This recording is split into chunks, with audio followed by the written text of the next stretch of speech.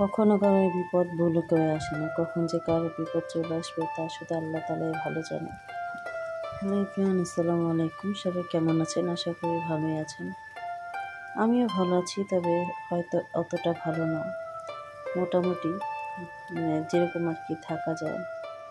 তো এই তো প্রথমেই নতুন দিনে নতুন একটা ব্লগ শুরু করে দিলাম। প্রায় 3-4 দিন হয়েছে আমি ব্লগ দিতে পারতেছি না, কারণ আমার বাবা খুবই অসুস্থ। মানে হার্ট অ্যাটাক করেছে আমার বাবা।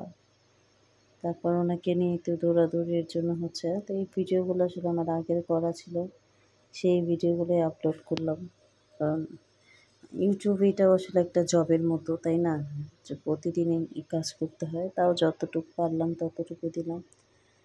তো ওই তো এখানে যে দেখতে পারতেছেন আমার মেয়ের নাগিন নাগিন সেই ডান্স।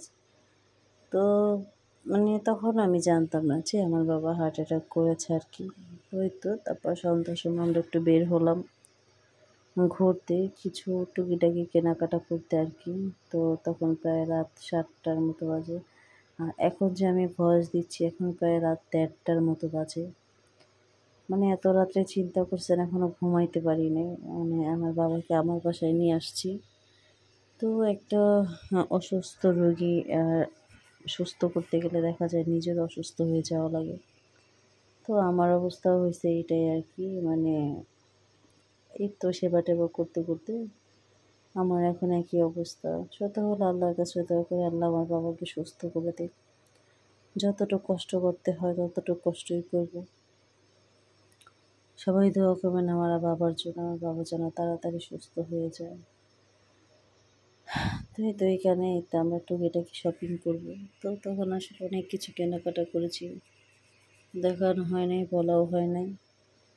তো এই তো হঠাৎ করেই শুনলাম যে আমার বাবা হার্ট অ্যাটাক করেছে। উনি গ্রামে ছিল।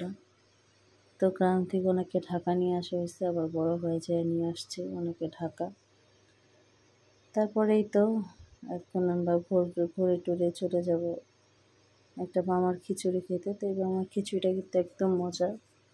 তো আমরা আর সেখানে খাইনি, কারণ অনেক লোকজন ছিল, ফুডে ছিল, তো এই জন্য বাসায় নিয়ে আসছি।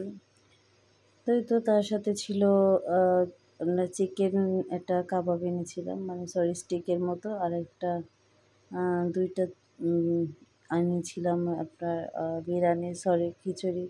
আসলে কথা বলতে পারতেছি না, কখন যে গিয়ে বলতেছি, আসলে একটু ক্ষমা সুন্দর দৃষ্টিতে দেখবেন। তো এটা হচ্ছে তার পরের দিনের ভিডিও। তো আমরা এই যে সেদিনে গিয়েছিলাম, তো সেদিন আমরা অনেক কিছুই কিনেছিলাম। তারপর অনেক ক্ষুধা লেগে গেছে, তো আপনাদের ভাইয়া আর আমি বসলাম একটু খেতে, খাওয়া দাওয়া করতে আর কি। অল্প স্বল্প খাবার আর কি, ভারী খাবার না। তো তাওয়া চিকেন, এটা হয়েছে ফেমাস একটা চিকেন কারি। তো সেটা সবাই পছন্দ করে আর কি। তো তখনও জানি না যে আমার বাবা এতটা অসুস্থ। তো এই তো হঠাৎ শুনে আমার বড় ভাই গেল আমার বাবাকে আনতে, আনার পরে আমি চলে গিয়েছিলাম ভাইয়ার কাছে। তো আমরা সব ভাই বোনরা মিলে ডিসাইড করে তারপর আমার বাসায় নিয়ে আসলাম। কারণ আমি যেহেতু মিরপুর থাকি, আর মিরপুর থেকে হার্ট ফাউন্ডেশনটা একদম কাছে আর কি, তাড়াতাড়ি সব কিছু করা যায়। তো এর জন্যই তো চলে যাচ্ছে এখন মিরপুর আমার বাবাকে আনার জন্য।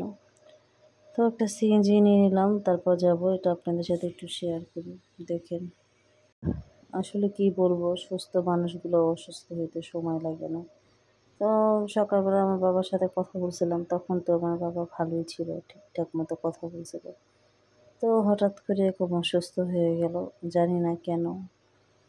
আল্লাহ হয়তো বা কোনো পরীক্ষা নিচ্ছে, যাক, আল্লাহর কাছে দোয়া ছাড়া তো কিছুই করার নেই। তো এই তো আমরা এখন হাতিরঝিল থেকে কিন্তু আমাদের বাসায় যেতে হয়। সবাই হয়তো বা ওই জায়গাটা চিনতে পেরেছেন, যেটা হচ্ছে হাতিরঝিলের ওইখানে আর কি। তো এই তো এখন হাতিরঝিলে চলে যাব আমাদের বাসায়। তো আমি একটু ভিডিও করে নিচ্ছিলাম, কারণ অনেক দিন হচ্ছে, প্রায় 4-5 বছর পর হাতিরঝিল গেলাম। তাও ঘুরতে না আর কি, কাছেই গিয়েছি। তো সিগনালে পড়েছিলাম, আর তো চলে আসলাম ভাইয়ার বাসায়। তো সে আমার বাবাকে দেখলাম, দেখার পরে কি বলবো, আসলে খুব খারাপ লাগছিল। বোঝেন, সবাই তো এটা বোঝার কথা যে বাবা অসুস্থ হলে যে কেমন লাগে, মাথার উপর যে ছায়াটা থাকে। তো তো যাক, তারপর ঘুমাচ্ছিল আমার বাবা, তো আমার তারপর একটু ভিডিও করে নিলাম ভাইয়ের বাসায়। তো ওনাদের ভাইয়ার বাসার থেকে বারান্দা থেকে একদম মানে যে ছাদটা, একটা ছাদ আছে ড্রাগন ফলের গাছ, এটা একটু ভিডিও করছিলাম আর আপনাদের সাথে শেয়ার করছিলাম। তো রাতের বেলা তো সব নিস্তব্ধ, ফ্যানের একটু শব্দ আসতেছে, সবাই কিন্তু একদম খুব সুন্দর দৃষ্টিতে দেখবেন দয়া করে। তাই তো তারপর দুপুরে খাওয়া দাওয়া করে তো তারপর চলে আসবো। তো এখানে ভাইয়া ভাবে অনেক কিছু রান্না করেছিল, ওই যে মুগ ডাল, মাছ, গরু মাংস, মুরগি, অনেক কিছু রান্না করেছিল, সেগুলো অল্প অল্প একটু আপনাদের সাথে ভিডিও করে শেয়ার করছিলাম। আমার ভিডিও যদি আপনাদের ভালো লেগে থাকে তাহলে অবশ্যই আমার চ্যানেলটা সাবস্ক্রাইব করবেন এবং পাশেই থাকবেন, লাইক দিতে কিন্তু ভুলবেন না। তাই তো তারপর বাবাকে নিয়ে চলে আসলাম মিরপুর। তো এখানে এই যে এখন চলে আসছি হসপিটালে।